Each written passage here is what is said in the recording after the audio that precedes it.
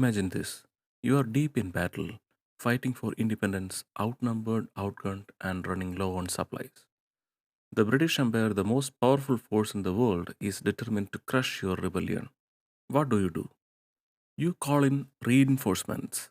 In this episode, we are diving into real game changers of American Revolution, the help from overseas that turned the tide, the brutal guerrilla warfare that terrorized the British, the defining battle at Yorktown, and the Treaty of Paris that finally sealed the deal. But that's not all. We'll also explore the untold stories of women and black soldiers who played vital roles in the fight for freedom. And of course, we'll answer the big question: how was this war actually won? Welcome back to US History, Understanding This Country. And not just any episode, this is the episode number 10. We made it to double digits, and that wouldn't have been possible without you, the amazing listeners who have joined me on this journey through America's past. Thank you for tuning in, for sharing the podcast, and for keeping the conversation alive. Now, let's reset. The year is 1777 and the war is raging on. The Americans have had made some victories, but the British are still a dominant force. The revolution isn't won yet, but the change is coming. From the battlefields to the bayous, from the cities to the high seas, and even from across the Atlantic. So grab your time machine or just your headphones because we are about to witness the moment when the revolution became a global war.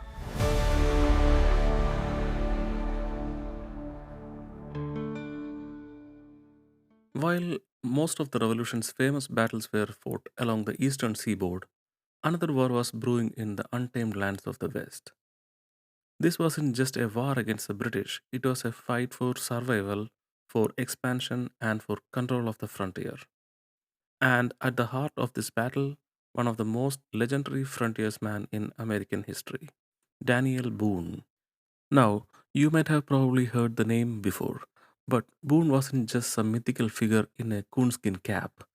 He was a real life pioneer, a skilled woodsman, and more importantly, he played a key role in securing the western frontier for the revolutionaries. Before the war even started, the Appalachian Mountains acted like a giant wall, blocking settlers from moving westward. The British had actually restricted western expansions with the proclamation of 1763, trying to prevent conflicts with Native American tribes. But Boone, he saw those mountains not as barriers, but as a challenge. In 1775, he and a small band of trailblazers hacked their way through the dense forest and treacherous terrain of the Cumberland Gap, carving out what became known as the Wilderness Road. This wasn't just a simple dirt path, it was the gateway to the west, leading settlers into what is now Kentucky. But settling the frontier was anything but peaceful. When the revolution erupted, the British saw an opportunity. They aligned with various Native American tribes, hoping to use them as allies to keep the colonies from expanding westward. This turned the western frontier into a brutal war zone. Boone and his fellow settlers found themselves caught in the middle. In 1778, Boone was actually captured by a group of Shawnee warriors allied with the British. Instead of panicking, he pretended to join them, learning their strategies before making the daring escape back to warn his settlement. His most famous stand came at Boonesborough, a frontier fort he helped establish. Under siege by British led Native American forces, Boone and his settlers fought desperately to defend their new land, and against all odds, they held on. The war in the West wasn't just about land, it was about ensuring that the revolution wasn't confined to the East Coast. The Western settlers proved that this wasn't just a colonial rebellion, it was a full scale transformation of America's future. By the end of the war, thanks to figures like Boone and other frontiersmen, the Americans had secured control over the western frontier, paving the way for the future expansion. And when the Treaty of Paris was signed in 1783, it didn't just recognize America's independence, it extended the nation's border all the way to the Mississippi River. So while Washington's army was fighting in the east, men like Daniel Boone were hacking through the forests, defending settlements, and pushing the revolution's reach farther than anyone thought possible. The fight for independence wasn't just about holding on to the 13 colonies, it was about laying the groundwork for what America would become. And that's just one frontier of this war. While Boone and settlers battled for the West, another war was heating up in the South, where guerrilla warfare, swamp foxes, and unconventional tactics turned the tide. Let's head down south and see how the war played out there. While the revolution raged in the north, the war in the south took a different character, one that was brutal, unpredictable, and in many ways the wild west of conflict. The British believed the South would be easier to control. They assumed that the loyalists, the colonists who still support the crown, would rally to their side, helping them sweep through the region with minimal resistance. At first, this plan seemed to work. By 1780, the British had captured Charleston in South Carolina, delivering one of the worst defeats of this entire war to Americans. Cities fell, rebel forces were scattered, and the British felt confident that they had the South locked down. But they were in for a surprise, because in the swamps, forests, and backcountry roads of the South, a new kind of warfare was taking shape, one that didn't play by the traditional battlefield rules. Meet Francis Marion, the man the British couldn't catch. They called him the swamp fox, and for a good reason. Marion didn't fight like a traditional army commander. He and his men didn't wear uniforms. They didn't march in formation, and they certainly didn't engage in grand stand up battles. Instead, they used the landscape to their advantage, hiding in swamps, striking in the dead of the night, and vanishing before the British could retaliate. His tactics: hit and run attacks on British supply lines, ambushing enemy patrols, and destroying bridges and roads to disrupt troop movements, striking at loyalist militias before they could organize. The British were frustrated beyond belief. Marion's ability to strike and disappear drove them mad. One British officer, exhausted from trying to hunt him down, famously said, "As for this damned old folks, the devil himself could not catch him." And just like that, the legend of the swamp fox was born. Francis Marion wasn't alone. Across the south, other rebel fighters ditched the traditional tactics and turned into guerrilla warfare, a style of fighting where small mobile groups harass a larger, stronger army. This was a game changer for the revolution because the British were used to European style warfare, orderly ranks, open field battles, clear lines of engagement, but in the south, they were chasing ghosts. Rebel fighters would attack and then vanish into thin air. British troops were forced to march through the hostile terrain, dealing with ambushes at every turn. Supplies ran low, morale dropped, and frustration set in. The South became a quagmire, draining British resources and weakening their hold on the colonies. And these guerrilla fighters weren't just a nuisance, they were a key reason why the war dragged on. The British had expected a quick victory, but instead, they were bogged down in a war of attrition. By 1781, their grip on the South was slipping, and soon all of this chaos and frustration would come to a head in one final, decisive battle: the Battle of Yorktown. By 1781, the American Revolution had dragged on for 6 long years. The British were growing weary, their resources stretched thin, and their forces constantly harassed by guerrilla fighters in the south. But despite everything, they still held key territories and had no plan to surrender. Then came Yorktown, the battle that would seal the fate of the war. At the start of 1781, British forces under General Charles Cornwallis were still holding their ground in the south, but they were struggling. Cornwallis believed that if he could secure the stronghold in Virginia, he could cut off American supply lines and force a decisive victory. So he moved his army to Yorktown, a small coastal town on the Chesapeake Bay. Yorktown had one major advantage: it was close to the sea, meaning the British Navy could supply and reinforce Cornwallis' army. But it also had a fatal weakness. If the British fleet couldn't reach them, Yorktown could become a trap. And that's exactly what happened. George Washington, ever the strategist, saw Cornwallis' position as a golden opportunity. By now, the Americans had something they never had before: the full backing of French military. Washington, along with French General Comte de Rochambeau, quickly moved their combined Franco American forces south, marching over 400 miles to Virginia. Meanwhile, the French fleet under Admiral Comte de Grasse blocked British ships from reaching Yorktown. Cornwallis, expecting reinforcements, suddenly found himself completely cut off. By September 28th of 1781, the siege of Yorktown began. Cornwallis and his 8,000 British troops were trapped inside Yorktown. Outside the town, a massive 16,000 strong army made up of American and French soldiers. The British had cannons and defensive fortifications, but Washington had something better: momentum. For weeks, the Americans and French bombarded Yorktown with artillery, blasting away British defenses. The trapped British soldiers, exhausted and with supplies dwindling, could do little but return fire. Then came the final assault. On October 14th of 1781, Washington ordered an all-out attack on last major British defensive positions, the Redoubt 9 and Redoubt 10. French troops stormed Redoubt 9, while American forces led by Alexander Hamilton took Redoubt 10 in a dramatic nighttime bayonet charge. With those defenses gone, Cornwallis had nowhere left to run. On the morning of October 19th, 1781, General Cornwallis made a decision that would change history. He surrendered.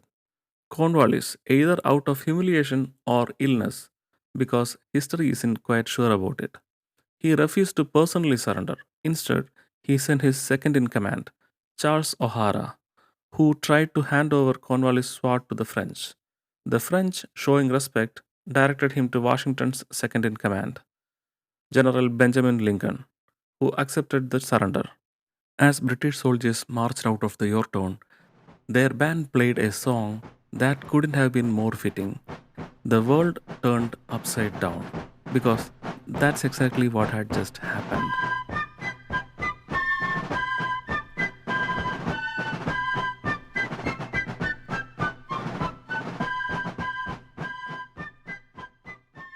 Yorktown wasn't just another battle, it was the moment the American Revolution was effectively won. The British still controlled New York and other key locations, but after Yorktown, the war effort in Britain collapsed. Back in London, Prime Minister Lord North is said to have reacted to the news of Yorktown, exclaiming, "Oh God, it's all over." And he was right.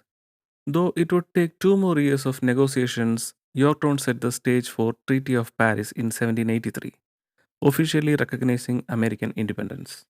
So if you ask me how you win a war against the most powerful empire in the world, Yorktown had the answer. It wasn't just one battle, it was the culmination of brilliant strategy by Washington and the French, help from overseas, particularly from France and Spain, British mistakes and overconfidence, the determination of American people. Yorktown proved that this wasn't just a rebellion, it was a revolution that couldn't be stopped. And speaking of revolutions, next up, we'll talk about the Treaty of Paris and the final chapter in the War of Independence. After Yorktown, the fighting wasn't completely over, but the writing was on the wall. The British were drained, morale was low, their treasury was bleeding, and the public support for war was collapsing. Meanwhile, in America, the victory of Yorktown had solidified the revolutionaries' position, and the only thing left to do was to make it official. That's where the Treaty of Paris came in. The moment when United States wasn't just fighting for independence, but actually got it. Now, if you are thinking, wait, didn't we already talk about the Treaty of Paris? You are not wrong.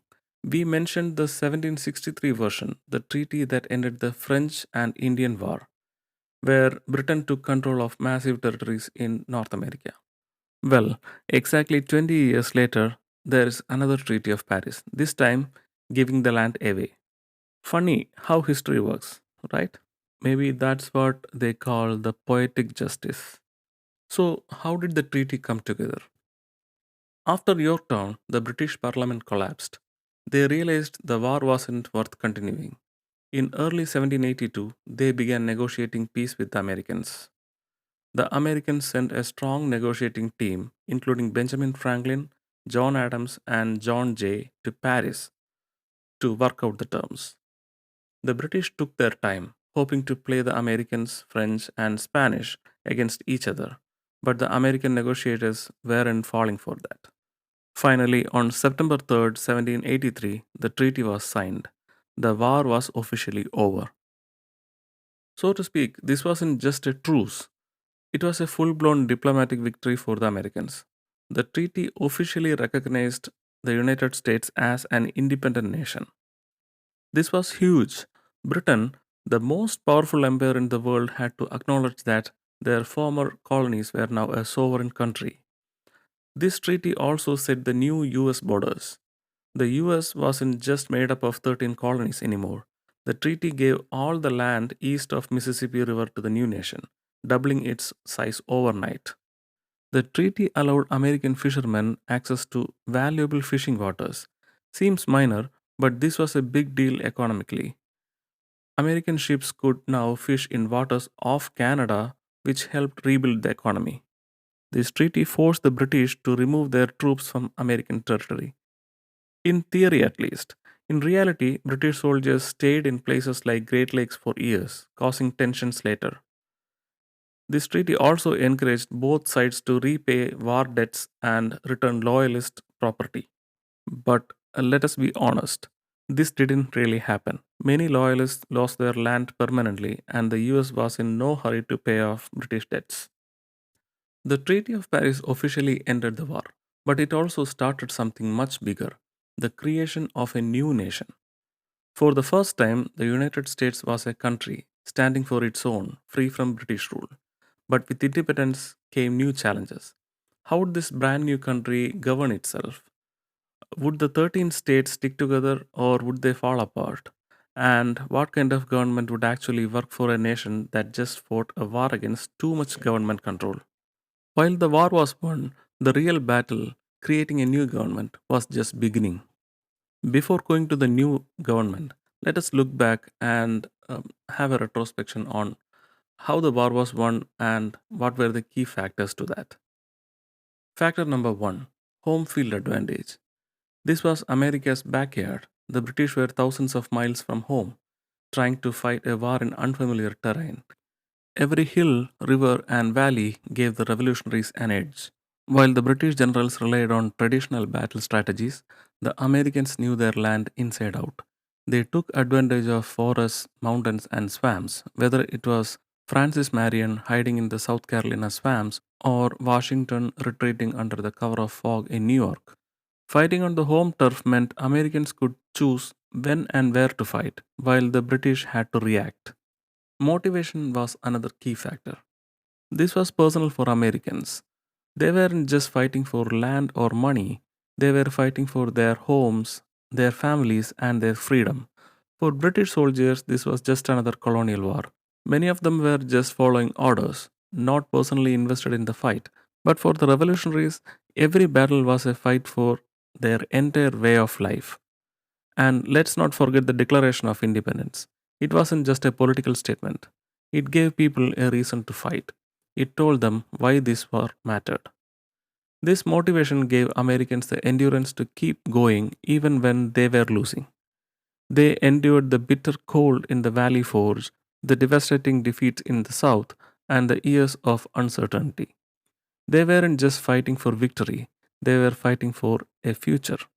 The third key factor was civilian support. Wars aren't just won on the battlefield, they are won with the support of the people. American civilians helped in countless ways. They provided food and supplies to soldiers, they shared intelligence about British troop movements, they hid weapons and protected revolutionaries from capture. Even in British controlled cities, the revolution lived underground, with secret networks spreading news and supplies.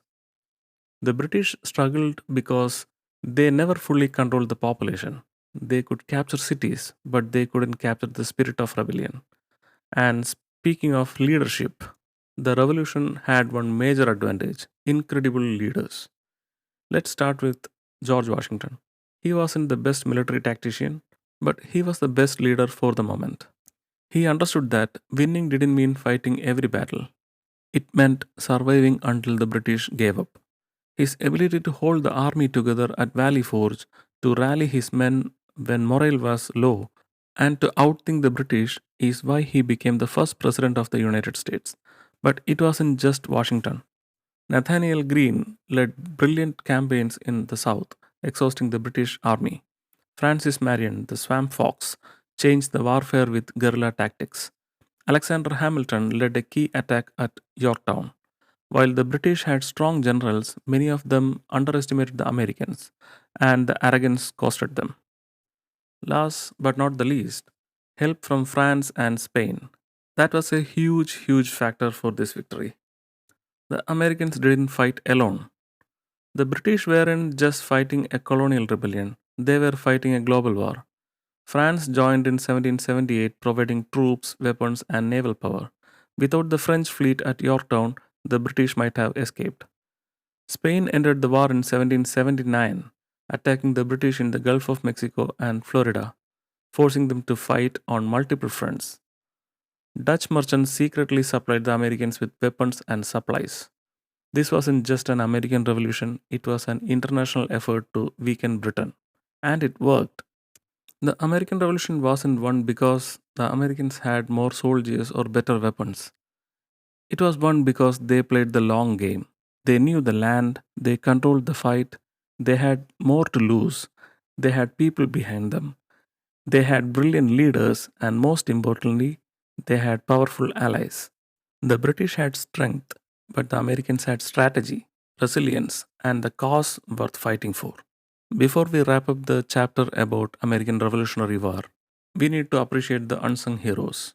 As we spoke about this revolution, we often heard about generals, soldiers, and battles, but behind the front line, women played a crucial role as spies, messengers, nurses, and even fighters. While they weren't officially part of the Continental Army, their contributions were essential to the war effort.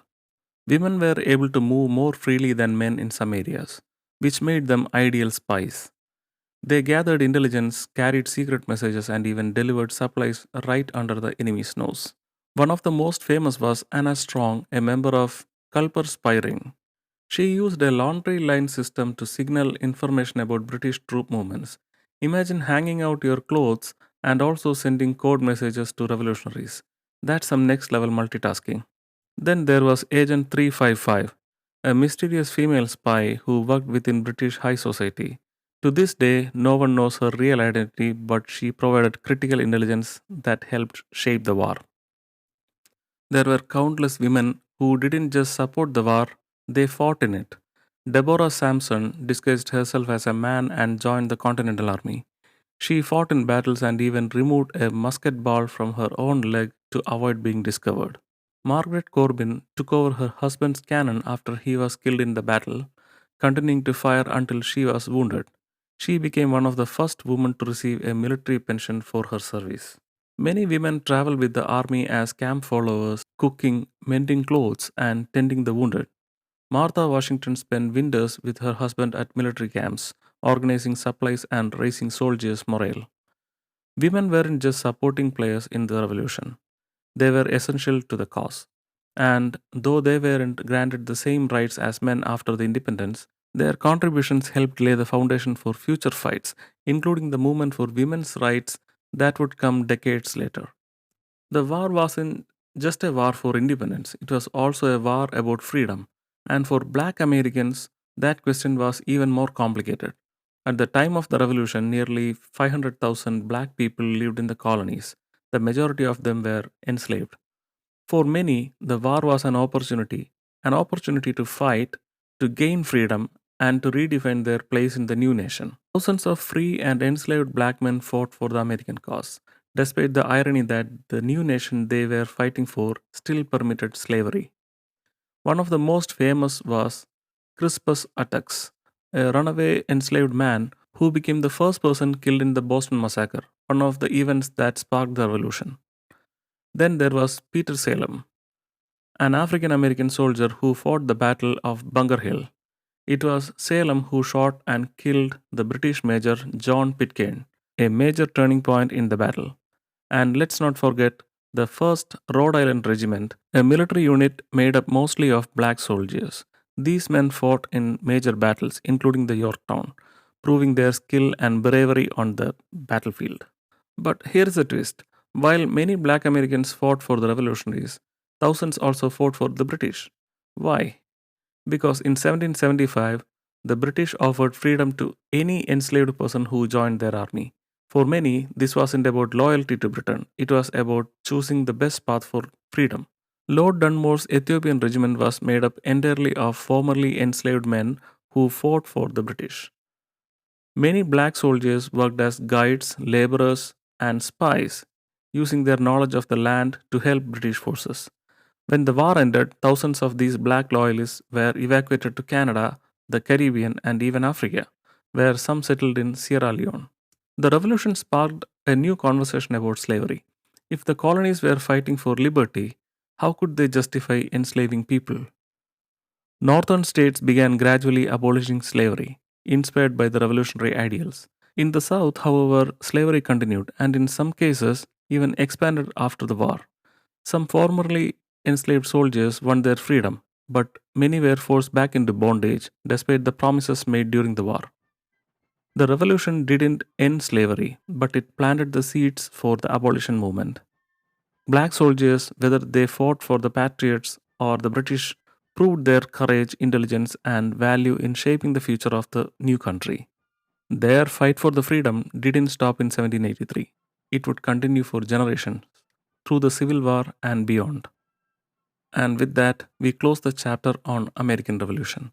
From the battles on land and sea to the spies, soldiers, and unlikely heroes who shaped the history, this war wasn't just about muskets and declarations. It was about resilience, strategy, and a belief in something bigger than any one person. But now comes the real challenge. Winning the war was one thing, building a country from the scratch, that's an entirely different ballgame. In our next episode, we will dive into the new government and the constitution. How the revolutionaries went from fighting the British to fighting amongst themselves over what this new nation would look like. Spoiler alert, it wasn't smooth sailing. Before I go, I want to thank you, my amazing listeners. Your support, your shares, and your enthusiasm keep this podcast going. If you enjoyed this episode, consider leaving a review, sharing it with a friend, or clicking the follow button here. Every bit of support helps me bring more history to life.